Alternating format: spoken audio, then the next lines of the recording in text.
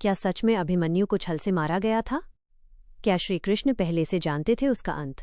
और आखिर क्यों 7 महारथियों ने मिलकर एक 16 साल के योद्धा पर हमला किया? महाभारत की ये कहानी आपका दिल हिला देगी। तो चलिए शुरू करते हैं।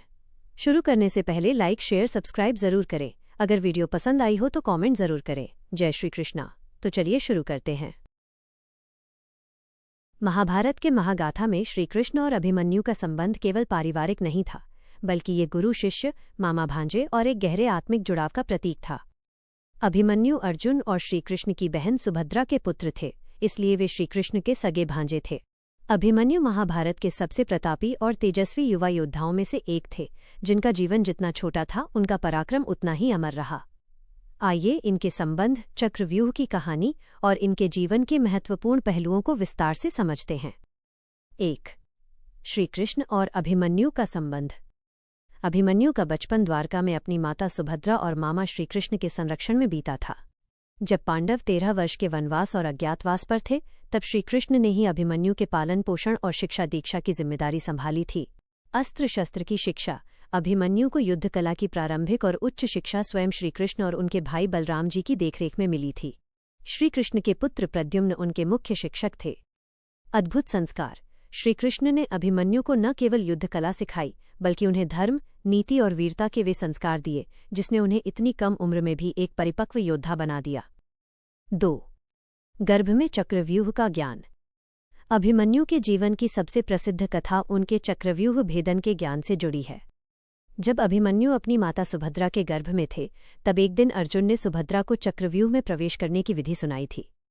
गर्भ में रहते हुए बालक अभिमन्यु ने उस तकनीक को ध्यान से सुन लिया और चक्रव्यूह के भीतर घुसने की कला सीख ली। ट्विस्ट। जब अर्जुन चक्रव्यूह से बाहर निकलने का तरीका बताने लगे, तब तक सुभद्रा को नींद आ गई। इस वजह से अभिमन्यु चक्रव्यूह में प्रवेश करना तो सीख गए, लेकिन उससे बाहर निकलने का मार्ग नहीं जान पाए।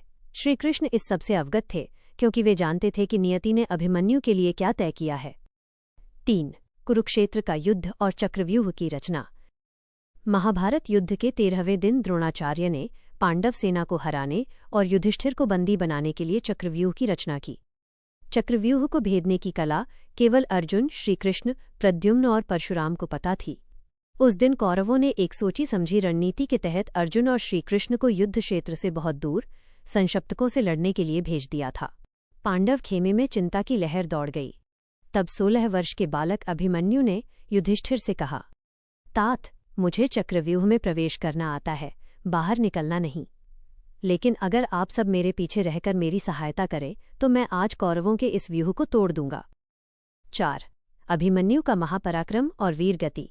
युधिष्ठिर, भीम, नकुल और सहदेव के भरोसे के साथ अभिमन्यु चक्रव्यूह में घुस गए। उन्होंने अद्भुत वीरता का प्रदर्शन करते हुए कौरव सेना के बड़े बड़े योद्धाओं को धूल चटा दी। उन्होंने दुर्योधन के पुत्र लक्ष्मण का वध कर दिया और कर्ण, द्रोणाचार्य, कृपाचार्य जैसे महारथियों को पीछे हटने पर मजबूर कर दिया। लेकिन चक्रव्यूह के पहले द्वार पर ही जयद्रथ, जिन्हें शिवजी से वरदान प्राप्त था, ने भीम और अन्य पांडवों को रोक दिया। अभिमन्यु व्यूह के भीतर अकेले पड़ गए। 7 महारथियों का छल। युद्ध के नियमों को ताक पर रखकर कौरवों के 7 बड़े महारथियों द्रोण, कर्ण, दुर्योधन, दुशासन, शकुनी, कृपाचार्य और अश्वत्थामा ने अकेले अभिमन्यु को घेर लिया। कर्ण ने पीछे से वार करके उनका धनुष काट दिया। अन्य योद्धाओं ने उनके रथ के घोड़ों और सारथी को मार डाला। निहत्थे होने पर भी अभिमन्यु हारे नहीं। उन्होंने रथ के पहिए को अपना ढाल बनाया और युद्ध करते रहे।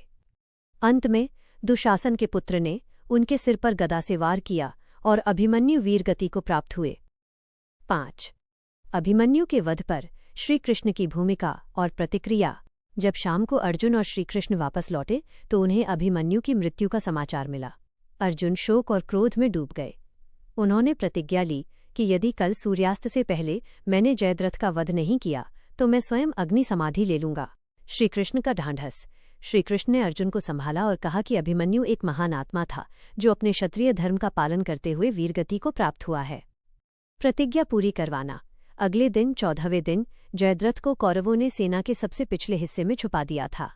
श्रीकृष्ण ने अपनी योगमाया से सूर्य को कुछ समय के लिए बादलों के पीछे छुपा दिया, जिससे ऐसा लगा कि सूर्यास्त हो गया है। जयद्रथ हंसते हुए अर्जुन के सामने आ गया। तभी श्रीकृष्ण ने बादल हटा दिए और अर्जुन को इशारा किया। उठाओ धनुष अर्जुन, तुम्हारा काल तुम्हारे सामने है। और अर्जुन ने जयद्रथ का सिर धड़ से अलग कर दिया। निष्कर्ष: अभिमन्यु का जीवन भले ही छोटा था, लेकिन उन्होंने ये साबित कर दिया कि वीरता उम्र की मोहताज नहीं होती। श्रीकृष्ण के मार्गदर्शन और अर्जुन के रक्त ने मिलकर एक ऐसा योद्धा तैयार किया था जिसका नाम आज भी अदम्य साहस का दूसरा नाम माना जाता है।